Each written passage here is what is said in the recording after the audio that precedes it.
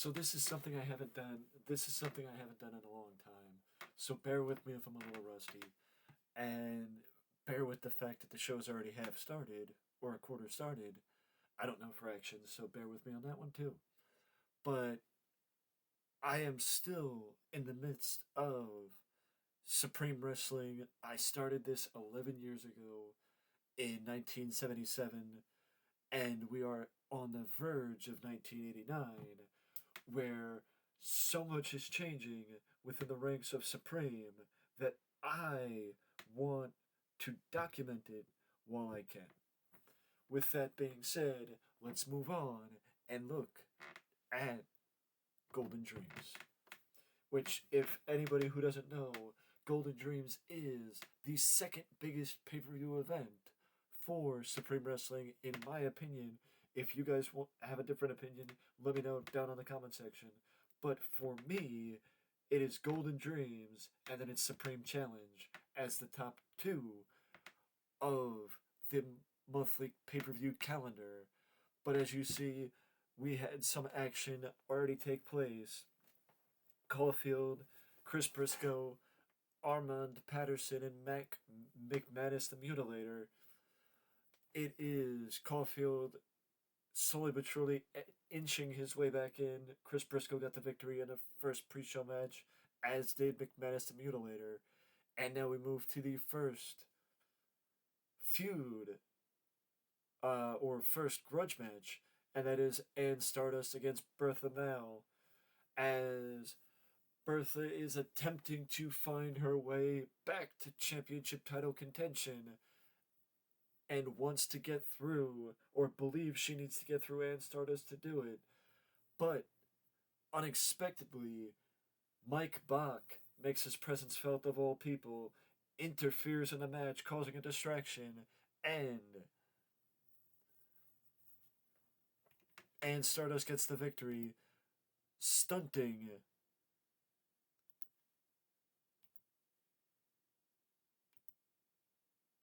stunting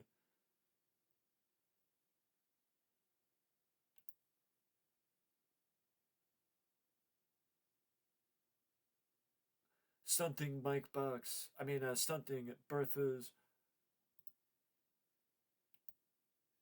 attempt to get back to title contention.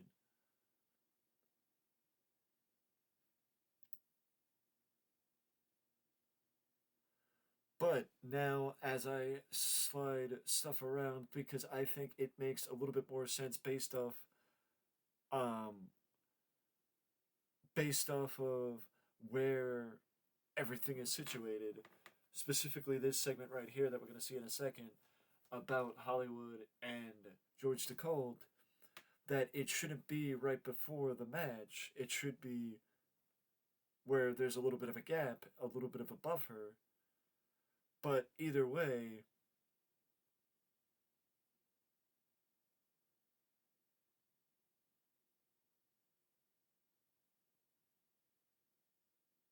let's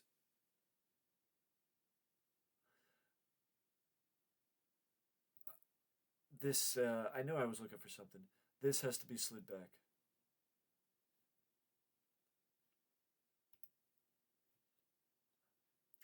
Um this could actually be moved forward.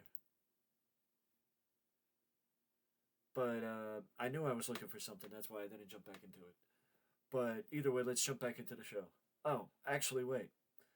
The second segment was Sam Strong making his return and making it perfectly clear to anyone who will listen that Christian Faith got his title shot tonight against Luis Montero by his own merit, not because of Sam Strong and Mickey Starr putting their stock and giving their stamp of approval on Christian Faith last year. And no matter how much Luis Montero wants to believe that it was Christian Faith, or that it was Sam Strong and Mickey Starr's approval that got Christian Faith where he's at, and not Christian Faith himself, Sam Strong is out to disprove Luis Montero once again. but Luis points out that of course Sam would say that because he can never admit that he's wrong. And now we move to the next match, which is the Mason family. Ernest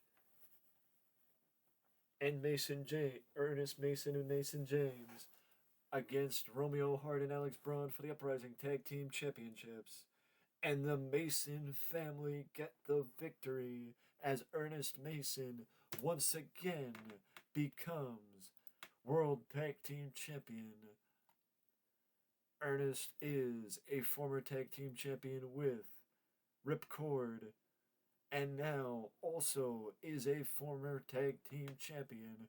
Ironically enough, Ernest Mason won the tag team titles last year with Ripcord at Golden Dreams, and now, a year later, wins the tag team titles with Mason James at the same pay-per-view.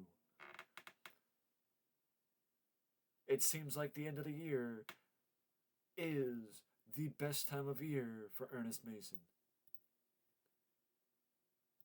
But now, George the Colt asks Hollywood Mike Kinsey to the ring, and George the Colt has one request for Mike Kinsey: to understand where he's coming from, to understand that it was Larry Grubbs and Tommy Handle acting on their own merit, acting on their own when they cost Mike the North American Championship a couple of weeks ago against Ray Kingman. But that Mike has one more opportunity. Mike has one more chance to make the right choice, to side with George the Colt. And Mike cuts him off and says, George, I have to give you I have to tell you to your face, the answer is no.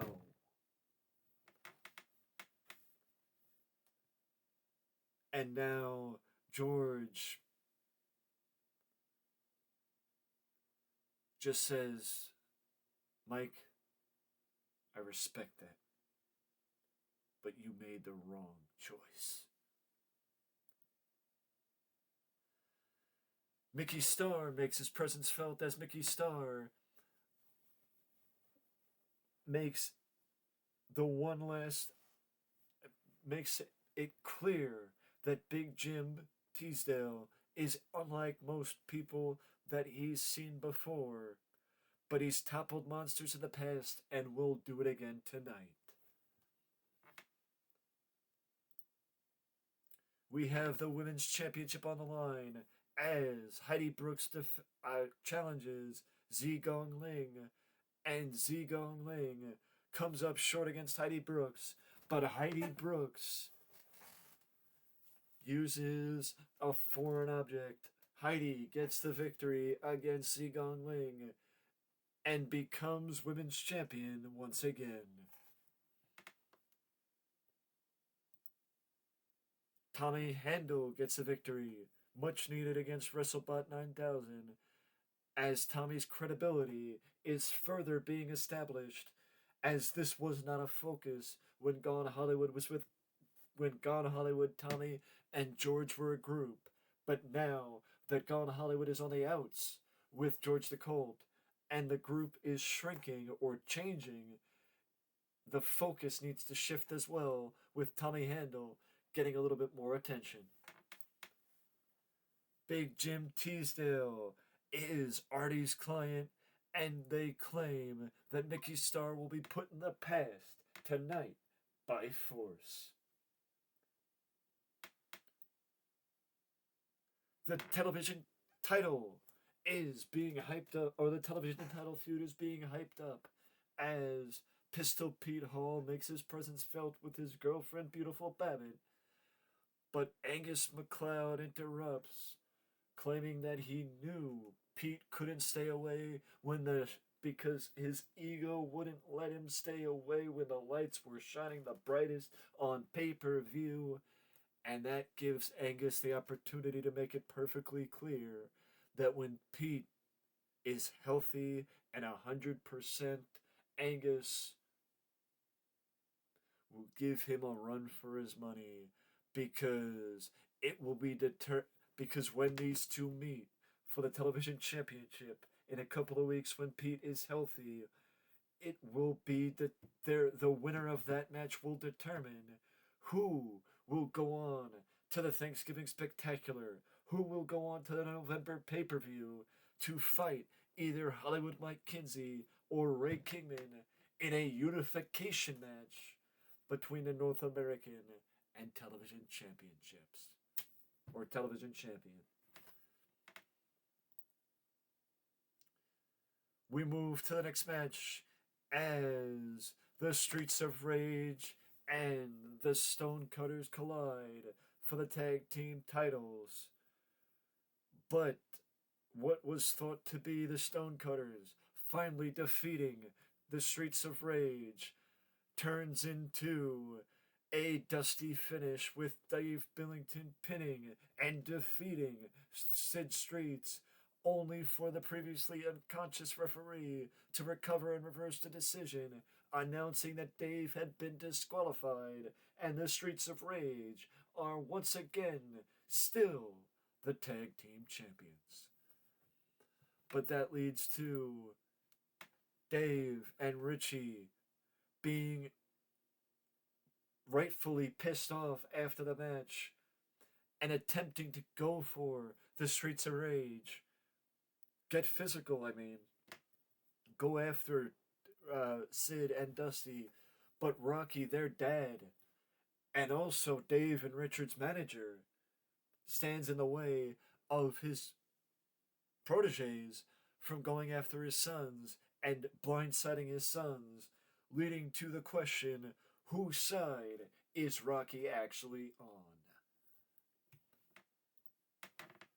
The match, one of the matches that I've been waiting for and excited to see, Ray Kingman, Hollywood Mike Kinsey. I probably could have given him a little bit more time, but the story is where it's at, not the match. As Larry Grubbs once again interferes and sticks his nose where it doesn't belong in the match, in Mike Kinsey's match. But there's more to it this time. But either way, Ray Kingman gets the victory. Speaking of victorious, Mickey Starr gets the victory over Big Jim Teasdale, ending his side quest against the big man from Australia. Brick Fantana is in the promo zone as Brick makes it perfectly clear that he's pinning the blame squarely on the shoulders of George the Colt for allowing Larry Grubbs to get involved in Mike Kinsey's match earlier tonight.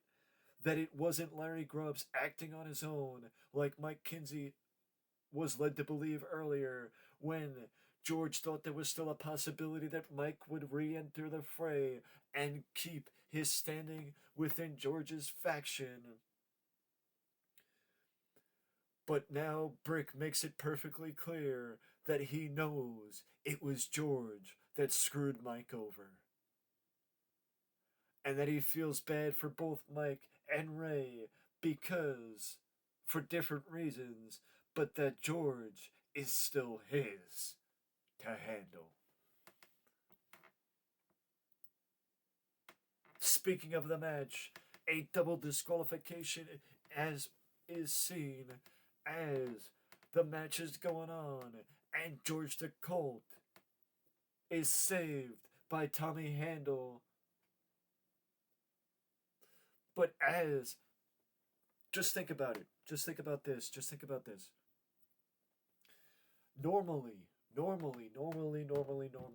when shit like this happens, when the heel is trying to get the advantage, you'll have Tommy Handle running down the ramp to try and get himself involved in the match. But this time, picture this. Tommy Handle's running down, and a few steps behind him is Angus McLeod, because Angus McLeod and Brick Fantana had a plan in place to know that something like this was going to happen, and because they knew and anticipated something like this was going to happen, they were a step ahead of George the Colt, and that is what causes the double DQ, because instead of allowing Tommy Handel to come out and George the Colt to have the advantage 2-on-1, it was actually a 2-on-2, and it caused the double DQ because Angus and Brick had a plan in place, and Angus was only a few steps behind Tommy Handel. Jeb Langley claims that everybody will have the opportunity to party tonight with the Hoosier Daddy.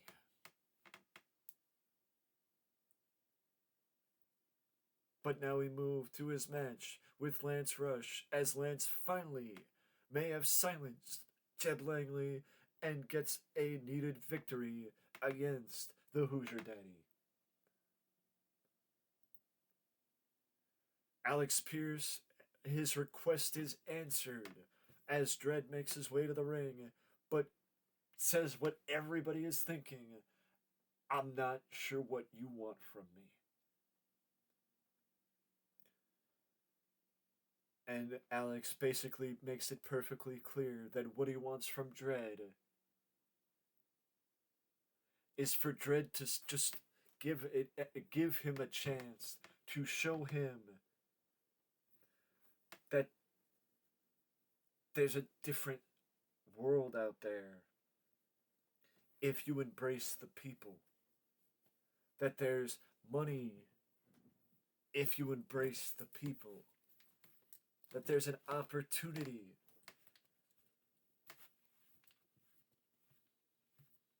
if you embrace the people. Alex is trying to show a new side of Dredd.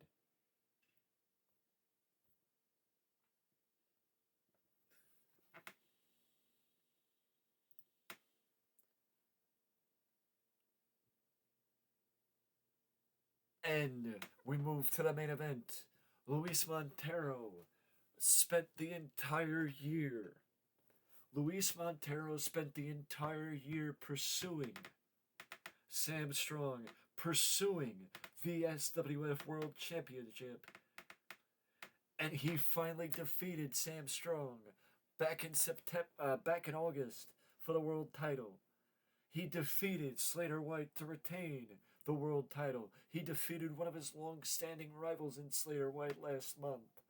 But because Luis Montero underestimated Christian Faith, because Luis Montero was going into this match anticipating a carbon copy of Mickey Starr, a carbon copy of Sam Strong, and someone who didn't belong in the main event and was only given this spot because he rode the coattails of two people that Luis Montero resents, of two people that Luis Montero can't stand, and spent the entire year proving wrong, spent the entire year chasing. Luis Montero did. He put Sam Strong on the shelf.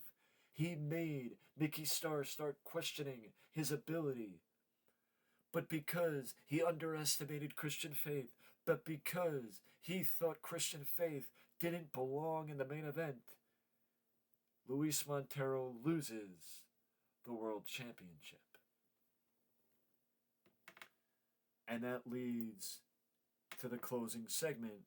I know that I could have had Mickey Starr come out. I could have had Sam Strong come out. But the fact of the matter is, that takes away from the big picture. Mickey Starr and Sam Strong coming out. Yes, if you go back to 1987, Mickey Starr and Sam Strong gave their stamp of approval to Christian Faith after Christian Faith fought George the Colt for the World Championship in 1987. But that's where it ended.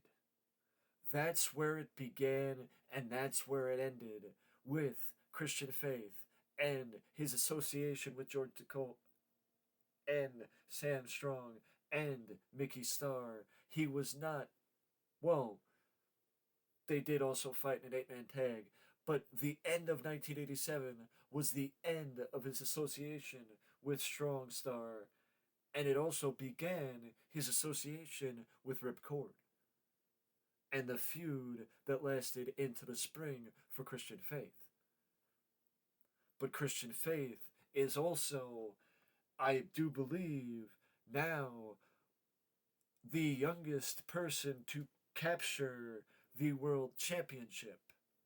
But as Christian Faith is on his is seeing the highest of highs, Luis Montero is experiencing the lowest of lows.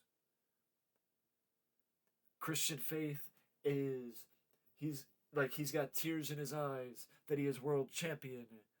Luis Montero, it just looks like he's having a hard time processing the fact that he is no longer world champion. That it hasn't sunk in yet. That he is no longer world's champion.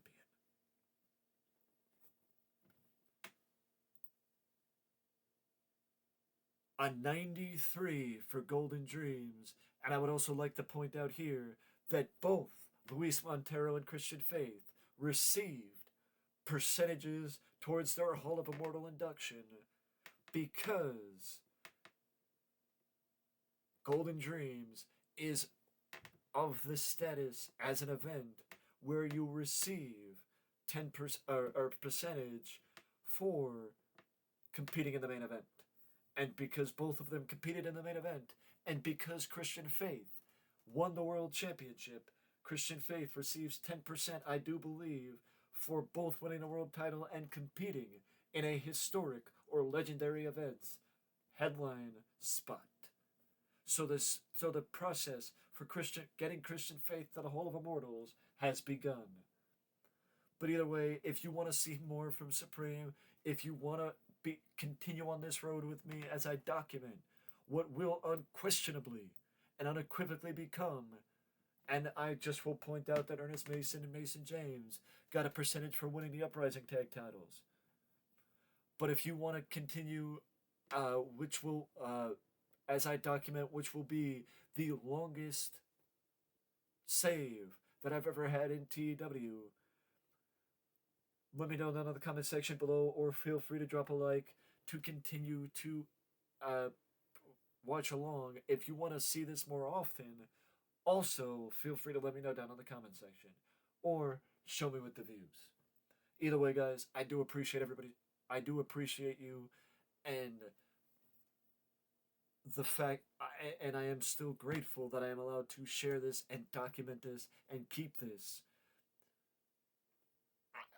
I still can't believe after 11 years I am enjoying this as much as I am and finding new ways to keep myself interested. I credit that partially to my creative director, and I also credit that to the fact that I am so willing to do things differently now compared to how I was when I would do the How I Would Book It's and the Let's Plays back in the day. But it's been a while since I've done this, and I really don't know how to end it other than by saying, to see more of it, like and subscribe. But till then, I'll see you in the next one.